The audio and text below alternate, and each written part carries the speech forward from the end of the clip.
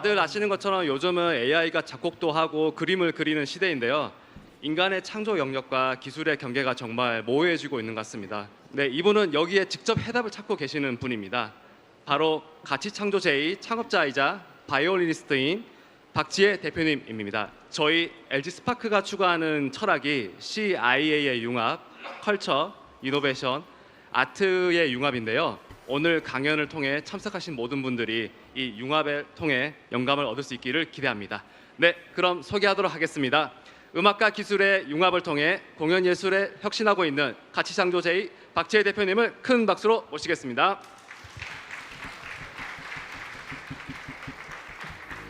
안녕하세요. 반갑습니다. 오늘 저는 여러분 앞에 선 바이올리니스트이자 저의 부캐 보조 캐릭터죠. AI 퍼포머로 여러분께 인사드리고 싶은 박지혜입니다. 반갑습니다.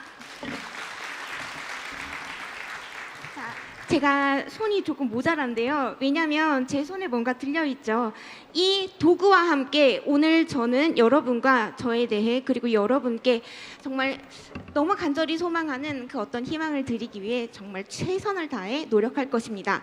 제가 들고 있는 이 악기는요. 아마 지금 이 건물에 통틀어서 가장 현존하는 오래된 장비일 거라 확신합니다. 과르넬이라는 사람이 만들었고요. 언제 만들었을까요? 1735년에 만들어졌습니다. 약 거의 300년 가까이 되죠.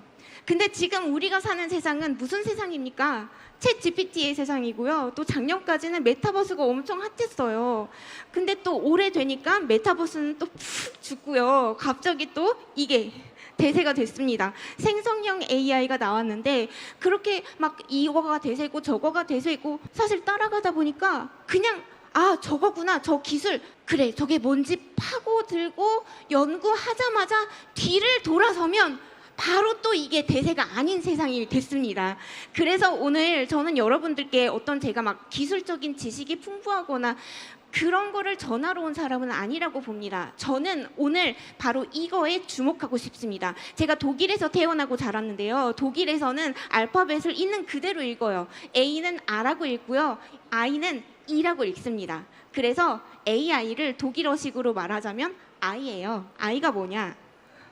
나예요. 저는 세상 아래 새로운 것은 없다고 말할 수도 있지만 이렇게 기술이 빠르게 발전하는 세상일수록 인간 본연의 가치가 정말 중요해질 거라 생각합니다. 인간 본연의 가치가 과연 뭘까요? 너무 어렵게 생각하지 않으셨으면 좋겠어요. 저는 그 인간 본연의 가치를 지금부터 여러분들과 대략 한 3, 40분 동안 여러분 안에서 내 안에서 찾으실 수 있으면 정말 좋겠습니다. 제가 알기론 그냥 인류는 우리가 학습할 수 있는 거예요. 그래서 AI도 아주 빠르고 쉽게 인류가 될 수 있습니다. 하지만 이 초인류라는 거는 내 안에 세상에 하나밖에 존재하지 않은 나라는 사람 안에서 우리가 발굴해낼 수 있는 선물과 같은 존재라고 확신합니다. 그래서 지금부터 저와 함께 그냥 스타트 데이가 아니잖아요. 슈퍼 스타트 데이잖아요. 그래서 이 슈퍼 스타트 데이 함께 좀 여행을 떠나보셨으면 정말 좋겠습니다. 자, 음악 틀어주세요.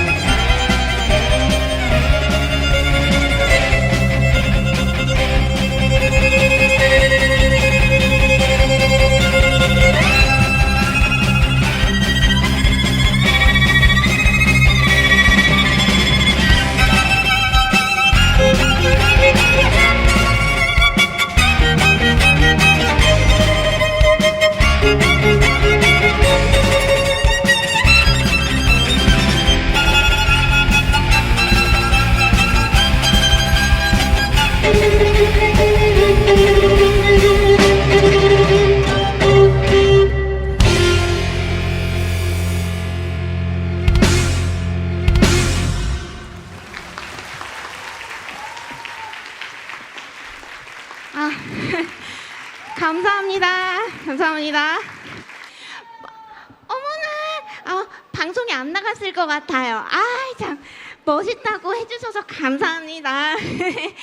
방금 보셨던 그 장면, 이 AI 휴머노이드 로봇과 인간과의 콜라보 공연을 저희가 코로나 동안에 이렇게 AI 로봇 100대와 세계 최장 기간 세계 기록을 달성을 했습니다. 뭐 배터리 부분에 있어서의 문제도 있었고요. 그리고 또 중간중간 얘네들이 넘어지는 문제들도 있었습니다. 그러면 막 달려가가지고 슬라이드 해가지고 안 보이게 빨리 교체해 놓고 뭐 이런 것들이 있었는데요. 하지만 가장 큰 문제는 이거였어요. 이 악기들을 저희가 직접 공수해 와서 그냥 있으면 이 악기들이 소리가 안 나요. 근데 좀 의미를 더하고 싶어서 뭔가 얘네들이 소리를 낸 거를 기존에 그 음악이 원래 있었던 음악인데요. 거기에 얘네들의 합주를 넣고 싶어서 열심히 노력을 한 결과 얘네들 크게 맞춘 악기에 이 선이라는 거 있잖아요. 그리고 이 악기의 활털 이런 거를 저희가 다 갈아 끼웠어요. 그래서 만들어서 이런 식으로 얘네들의 연주 소리도 조금 넣었다는데 굉장히 큰 자부심을 갖고 있습니다. 그래서 이게 저희 가치창조 제2의 첫 번째 한국콘텐츠진흥원에서 선정된 작품이었고, 그리고 이렇게 KBS 뉴스에서 보도를 해주시기도 했습니다. 너무 감사한데 같이 오고 싶었지만 약간 비용의 문제도 있고 또 걔네들이 저보다 바빠요. 그래가지고 같이 못 왔습니다. 오늘 로봇과의 공연 하나만으로 여러분 앞에 섰다고는 생각하지 않습니다. 저의 본질은 바이올리니스트이고, 그리고 테드라는 무대에 서면서부터 스토리텔러라고 감히 그렇게 저를 표현하고 싶습니다. 그리고 코로나라는 가장 위기의 순간이 닥쳤을 때 저는 지금부터 여러분들께 보여드리고자 하는 그 모습으로 한 단계 더 진화했다고 믿어 의심치 않습니다. 그래서 AI 퍼포머라고 저를 표현하고 싶습니다. 제가 하는 일은요, 이 클래식의 새로운 경계를 넘어서 그야말로 가치를 창조하는 그 일에 헌신적으로 노력하고 있습니다. 좋게 말하면 헌신적으로 노력하는 거고요. 나쁘게 말하면 열심히 삽질을 하고 있습니다. 그런데요, 왜 굳이 클래식이냐? K-팝 얼마나 좋아요. 시장 규모도 크다고 하잖아요. 그런데 왜 클래식이었냐? 저는 독일에서 태어나고 자랐고 이 악기도 독일 정부한테 지원을 받으면서 전폭적인 지원을 받으며 정말 레슨비 한 푼 내지 않고 최고의 교육을 받을 수 있었습니다. 그런데 그렇게 독일에서 성장한 제 눈에 볼 때도 사람들이, 제가 한국 사람이니까 맨날 와서 물어봐요. 왜 한국 사람들은 이 음대에서 왜 그렇게 잘해? 최근에 이게 2021년도 기사를 가져왔는데요. 퀸 엘리자베스 콩쿠르라는 것은 음악계에, 특히 바이올린계에 올림픽입니다. 4년에 한 번씩 바이올린 부분이 돌아오고 4년에 한 번씩 피아노 부분이 돌아옵니다. 근데 조성진 씨라든지 이런 사람들이 슈퍼스타가 태어나니까 사람들이 조금씩 관심을 갖더라고요. 그러면서 막 퀸 엘리자베스 콩쿠르에 한국인이 15명이 피날레에 올라갔다. 대단하죠? 근데요, 저희들한테는 하나도 신기하지 않았어요. 왜냐? 제가 배울 때만 해도요, 이태리 어떤 국제 콩쿨 같은 경우는 약 국제 콩쿨의 80% 이상이 한국 사람들이 입상을 합니다. 그러니까 한국인은 참가 금지라고 할 정도로 압도적으로 한국인은 클래식 음악계의 두터운 인재, 인프라, 자원을 갖고 있는 나라입니다. 모르셨나 봐요. 그렇죠? 모르셨다고 리액션.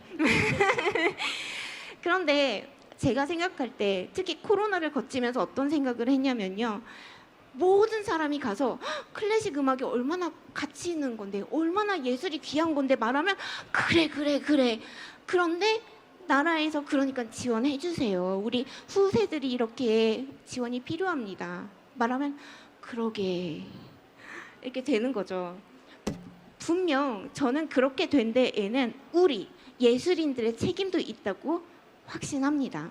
왜냐하면 분명 모든 사람들이 이 예술 분야에 대해서 그 가치를 알고 있다면 그 가치가 있는 예술을 돈을 내고 들으러 오거나 이거를 소비하는 데까지 연결하는 것은 바로 우리들의 몫이라고 생각하거든요. 근데 그렇게까지 되지 않고 있잖아요. 그래서 만약에 이렇게 기술이 그런 모든 문제점을 해결해 주기 위해서 전 세계에 널려 있어요. 누구든지 가져가서 우리 기술 써. 이런 세상을 살고 있는데 아무것도 하지 않는다면 우리 예술가들이 아니 다른 사람 필요 없어. 내가 직무유기를 하는 거라고 그렇게 생각을 했습니다. 그래서요 저희 스타트업을 코로나 동안 세우게 되었어요. 그리고 처음 했던 도전이 바로 인공지능 작곡 프로그램을 활용해서 인공지능 피아노와 어떤 곡을 초연을 했는데요. 이 곡을 짧게나마 여러분들께 곧 들려드릴 거예요. 그런데 이 곡을 AI를 통해 학습하게 하는데 저는 다른 작곡가도 아니고 우리 베토벤 할아버지의 작품을 많이 활용했습니다. 물론 모차르트, 베토벤, 바하라는 세계 3대 거장들 가운데 유일하게 한국 성을 갖고 계시기 때문도 되고요. 배시잖아요. 하지만 제가 정말 이 베토벤에 주목하고 싶었던 이유가 있었습니다. 코로나 동안 그냥 힘든 게 아니라 제 본질이 뿌리째 흔들리는 경험을 했어요. 왜냐하면 어릴 때부터 저희들은요 주말 방학 없어요.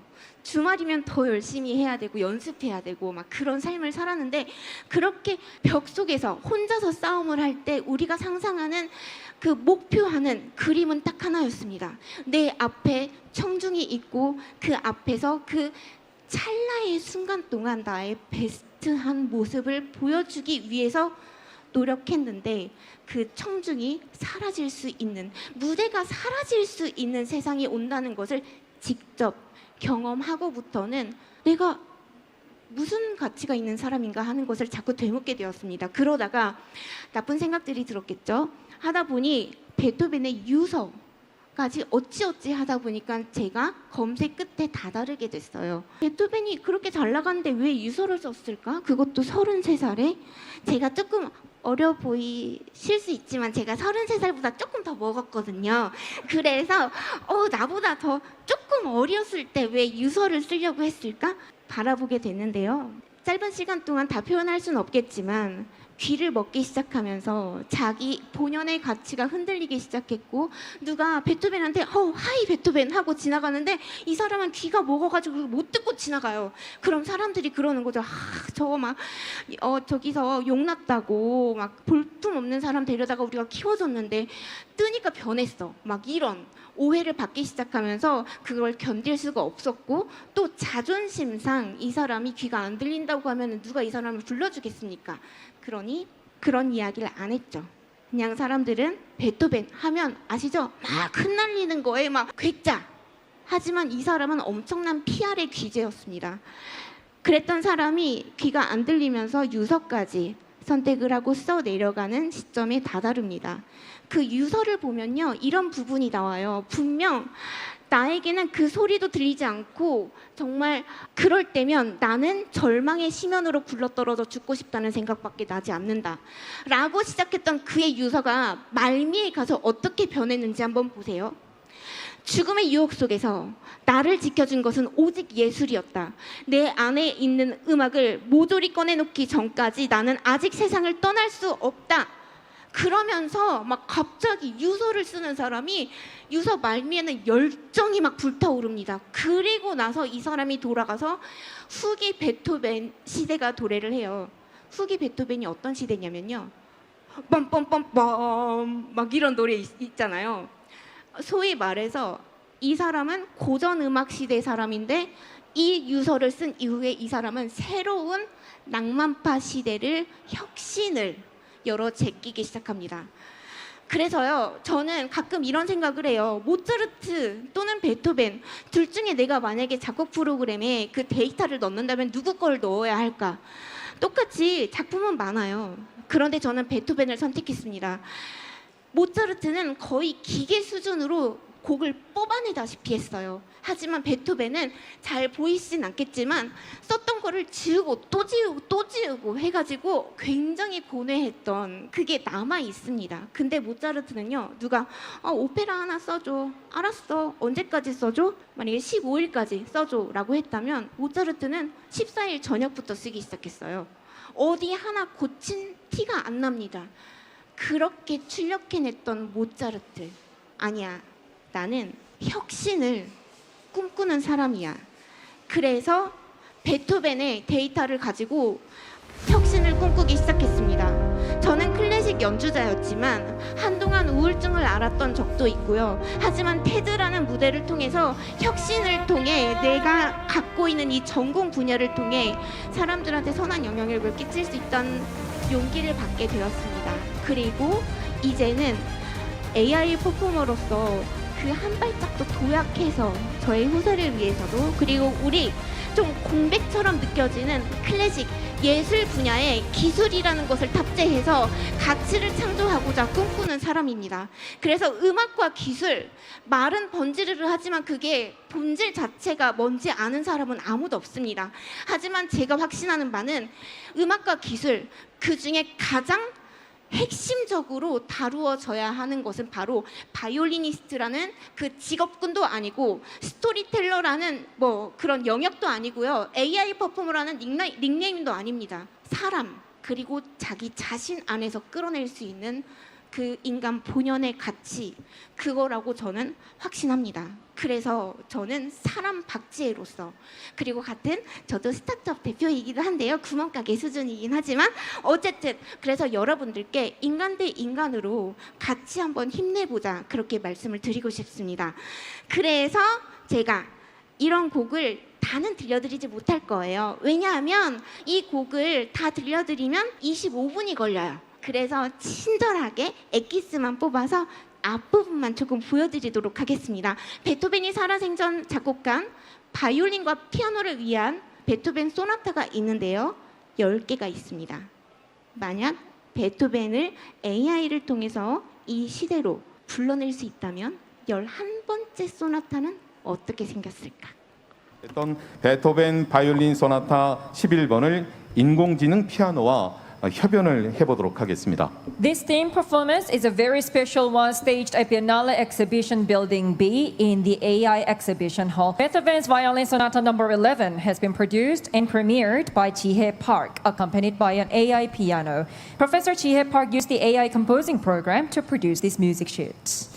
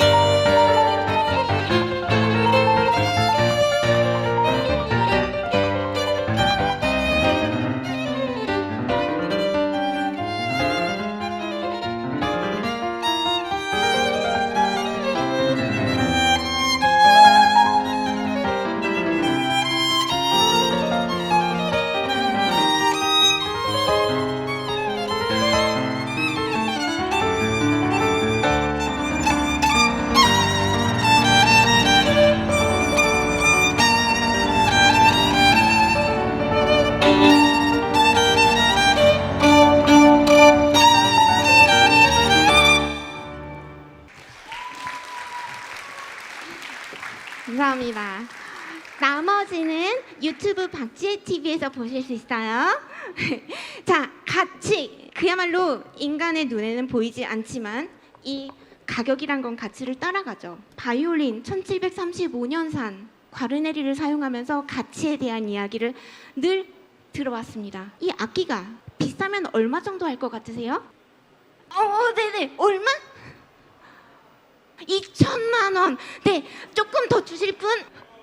100억, 200억. 오, 수준 있으세요? 거의 비슷해요. 보세요. 과르네리 과다니니 스트라디바리 중에 양대 산맥을 맺는 가장 가치 있는 악기 메이커는 과르네리와 스트라디바리로 손꼽힙니다. 스트라디바리를 많이 들어보셨겠지만 보통 이 악기들이 얼마씩 하느냐?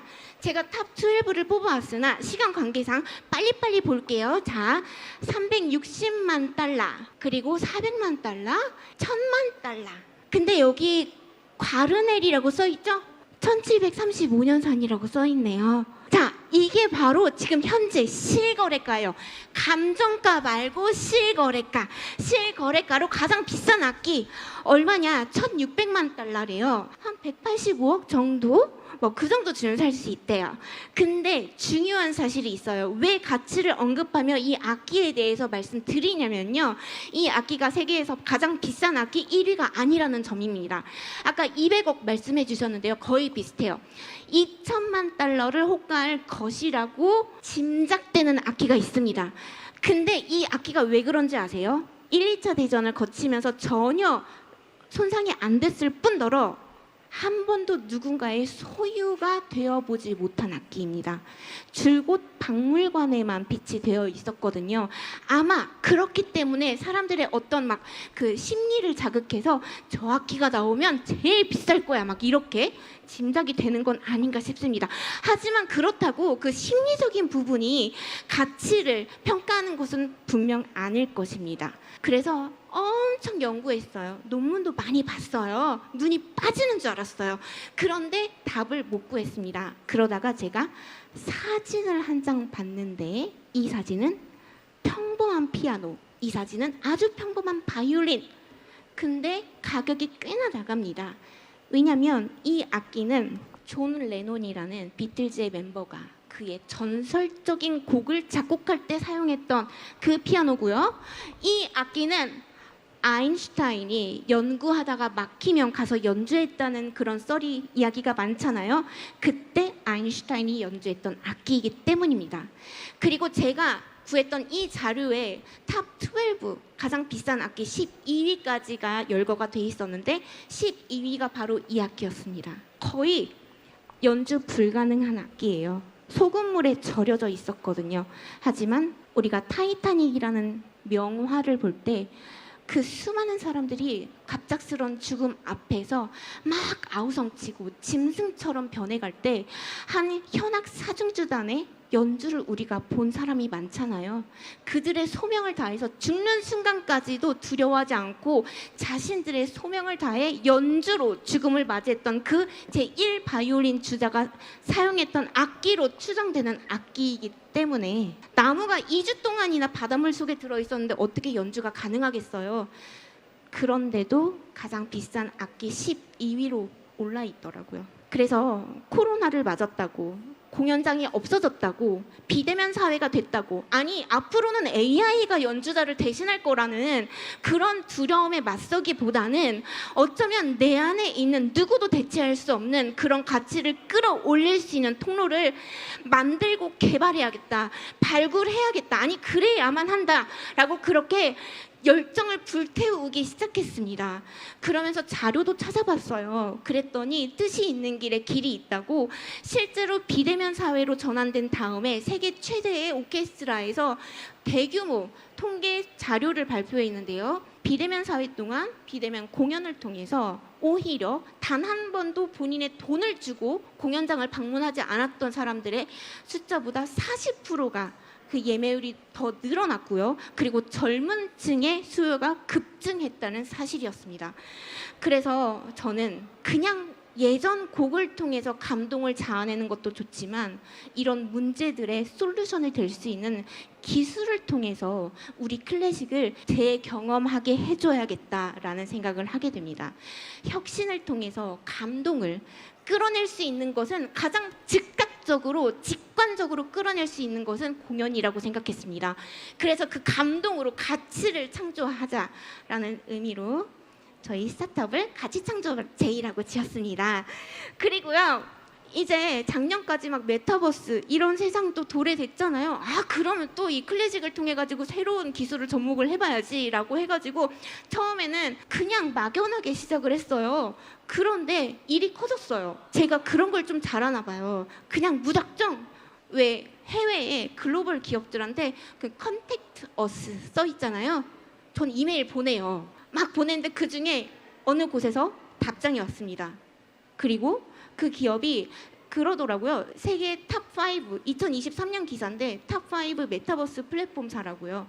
그 회사에서 처음에 컨택터스에 응대해 주시는 분이 줌 미팅하자. 줌 미팅했어요. 그랬더니 자료를 좀 달래요. 줬어요. 그랬더니 그 다음에는 감독이 들어오더라고요. 또 줌 미팅을 하니까 그랬더니 이야기를 하니까 그래? 라고 하더니 어느 순간 이런 공연장을 지어주셨어요.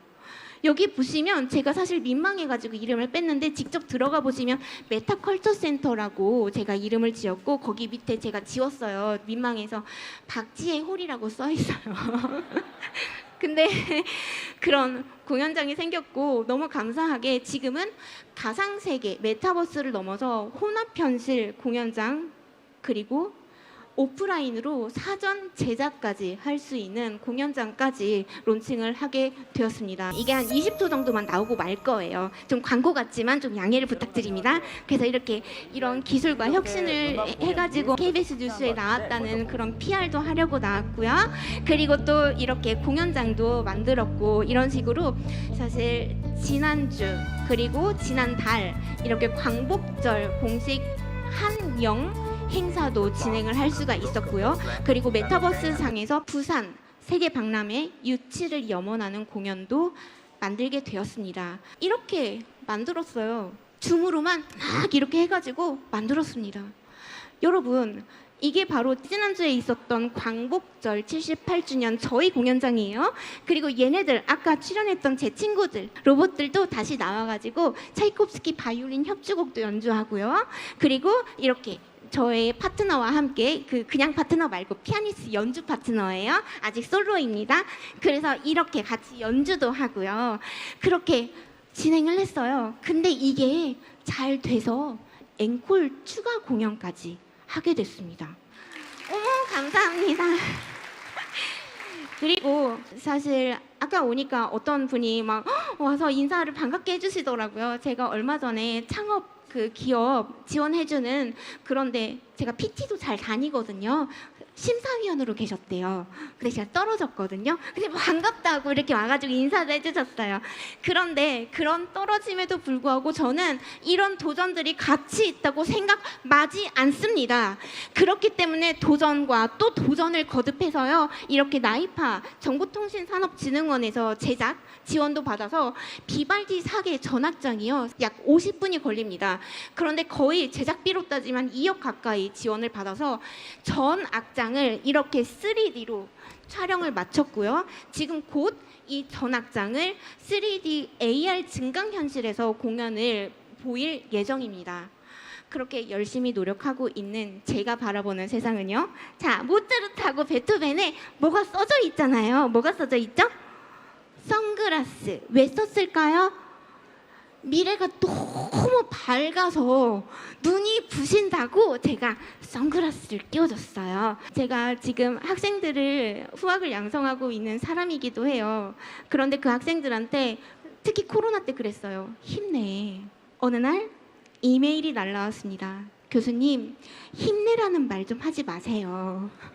죽을 만큼 힘내고 있어요. 근데 더 이상 안 나는데 어떡해요. 그런 말씀 하실 때마다 더 우울해요. 아, 힘내라는 말로 되는 게 아니겠구나. 지금 이곳에 모이신 분들은요, 우리나라를 앞으로 리드해 나가실 분이라 저는 믿어 의심치 않습니다. 이 자리에서 시작되는 그리고 뿌려지는 그 씨앗들이 결코 의미 없는 씨앗들이 아닐 거라 믿어 의심치 않습니다. 그런 빛이 나는 우리의 소망, 비전, 꿈 하나하나가 이 자리에서 심겨져서 아마 곧 30배, 60배, 100배 열매를 맺어서 너무 그 미래가 밝아서 대한민국이 주도하는 혁신 강한 대한민국이 너무 밝아서요. 모두가 이 자리에 계신 분들이 선글라스를 껴야만 내일을 바라볼 수 있는 밝은 미래가 올 거라 믿어 의심치 않습니다. 그때까지 저는 묵묵히 제 자리에서 이 예술을 통해 혁신을 통해 감동을 자아내고 그 감동을 통해 가치를 창조하고자 무던히 노력하려고 합니다. 가끔씩이라도 기억이 나신다면 격려해 주시고 응원해 주셨으면 정말 좋겠습니다. 자, 그런 의미로 제가 준비한 마지막 곡은요. 제가 조금 우울한 적이 있다고 했잖아요. 시작이 굉장히 우울합니다. 하지만 이 곡 안에 어떤 전환점이 생기고요. 전환점 이후에는 곡이 엄청나게 열정적이고 폭발적으로 변화하는데요. 이 곡처럼 저의 삶도 여기 오신 한 분 한 분의 삶도 지금 조금 미약하게 느껴지는 현실이라 할지라도 우리의 끝은 창대하리라 믿어 의심치 않으면서 저의 마음과 바램을 담아 마지막으로 핸델의 사라방드 바로크 락 버전으로 여러분 모두에게 선사해드리고 저는 내려가도록 하겠습니다. 감사합니다. 들어주세요.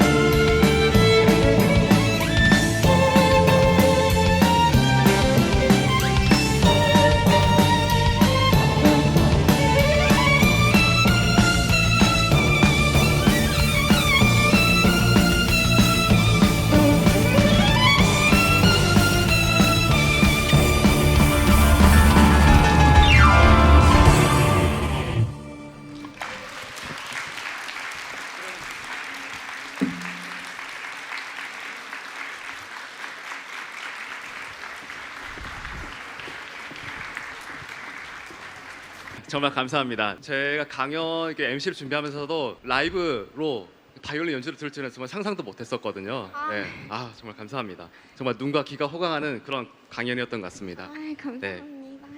바이올리스트로서 최고의 경지에 오르셨지만 이렇게 AI라든지 메타버스 이런 최신 기술들을 계속 새로운 혁신을 추구하시는 대표님의 모습 보니까 저희도 참 배울 게 많다고 느끼고 있고요. 그동안에 올라왔던 질문들을 하나씩 대표님께 여쭤보도록 하겠습니다. 네. 제가 가장 관심이 갔던 질문은 첫 번째로는 이겁니다. 본캐가 바이올리스트다 보니까 AI가 작곡한 곡을 연주하면 네. 사람이 만든 곡과 혹시 차이를 느끼는지, 혹은 이 AI 곡을 연주를 할 때 느끼는 새로운 그 아티스트로의 감정이 있다라든지 이런 걸 표현할 수 있으실까요? 특별합니다. AI 작곡 프로그램을 처음 활용하면서부터 확신을 갖게 되고 용기를 갖게 된 계기가 뭐였냐면요. 분명 AI 작곡 프로그램은 빠르게 결과물을 출력해낼 수 있지만 결국에 가서 하나의 연주가 가능한 작품으로 승화시키는 것은 오로지 사람의 몫이라는 것을 다시 한번 정말 개고생을 하면서 느끼게 되었습니다. 그래서요. 어찌 보면 예전에 그런 걸 했어요. 한번 용역을 땄는데 국방부에서 6.25 70주년 추모하는 음악을 만들고 영상을 제작하는 걸 또 가가지고 제가 PT를 했어요. 막 가가지고 PT를 했는데 어떤 기획으로 할 거냐.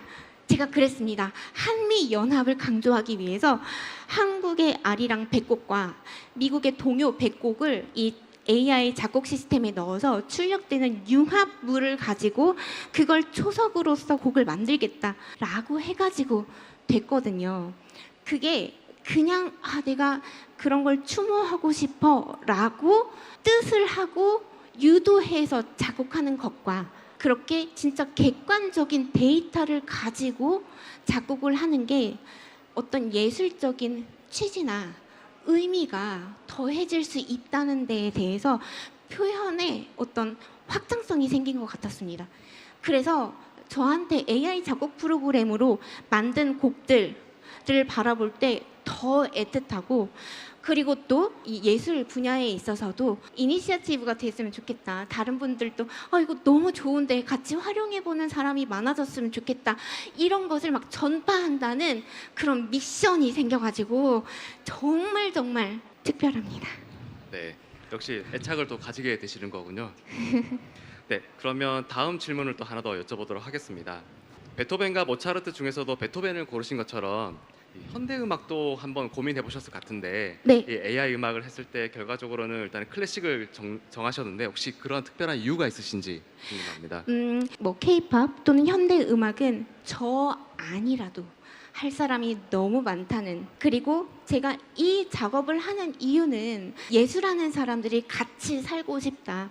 미래에 정말 기술로 인해서 수혜자가 되었으면 좋겠다. 예술 분야가 이런 뜻이 있어서 클래식을 고집하게 되는 것 같습니다.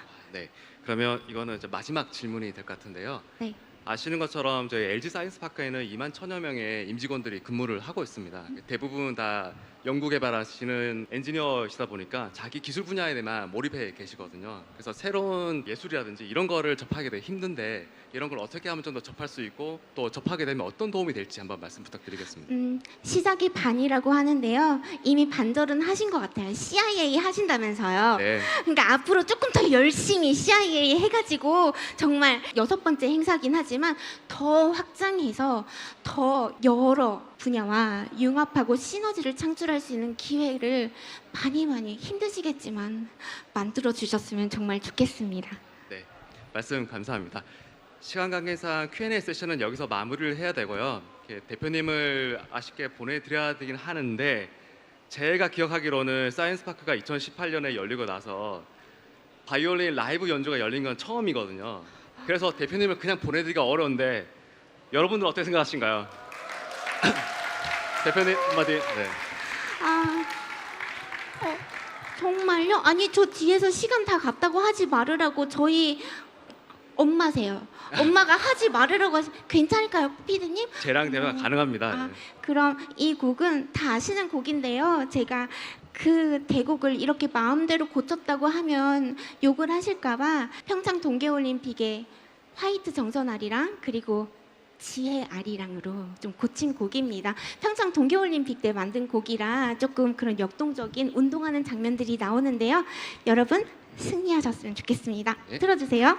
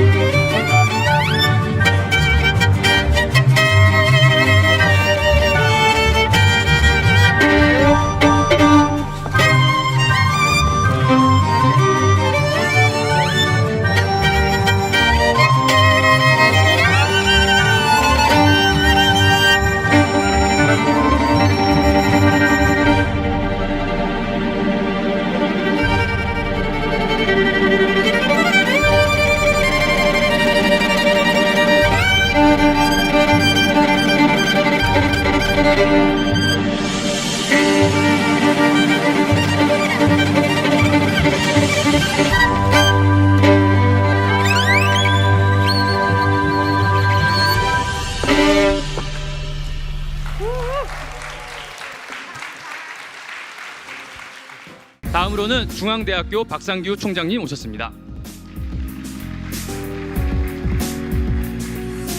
네, 다음은 SBA 김현우 대표이사님 오셨습니다. 네, 감사합니다. 다음은 이화여자대학교 김은미 총장님 오셨습니다. 네, 다음은 LB인베스트먼트 구본천 부회장님 오셨습니다. 네, 감사합니다. 연세대학교 박승한 연구부총장님 오셨습니다. 네, 다음은 소프트뱅크 벤처스 이준표 대표님 오셨습니다. 네, 다음은 멀리 싱가포르에서 오셨습니다. 인피니언 아티지옥 총괄사장이신 CS 추아 오셨습니다. 네, 감사합니다. 다음 CJ 제일제당 식품사업부문 박민석 대표님 오셨습니다.